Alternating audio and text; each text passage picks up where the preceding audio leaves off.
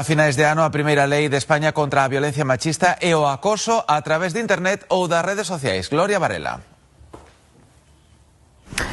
Sí, Carlos, efectivamente, con esta norma a Xunta quere que Galicia siga sendo pioneira na loita contra a violencia machista. A lei contempla un plan integral contra o ciberacoso e tamén o borrado da chamada pegada digital, é dicir, a eliminación das redes de todas aquelas imaxes, de todo aquel material que se usara para cometer calquera tipo de acoso. Ademais, a Xunta vai poñer en marcha un servizo de apoio e asesoramento xurídico gratuito para as vítimas.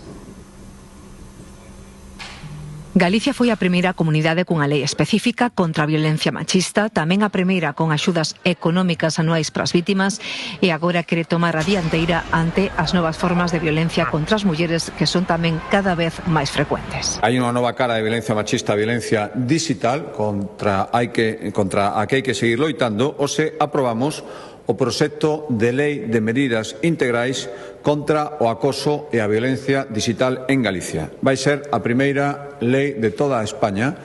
Ademais de programas de sensibilización e educación digital, sobre todo dos máis novos, a lei inclúe unha guía sobre dereitos e recomendacións para as vítimas e servizos gratuitos de asesoramento e de borrada da pegada digital. Que significa suprimir todo o material digital que continúe accesible en rede e que se empregou como un instrumento de acoso ou de violencia digital. A eliminación deste material requerirá de resolución xudicial expresa. A Xunta prevé levar o texto ao Parlamento en setembro para a súa aprobación antes de que remate o ano.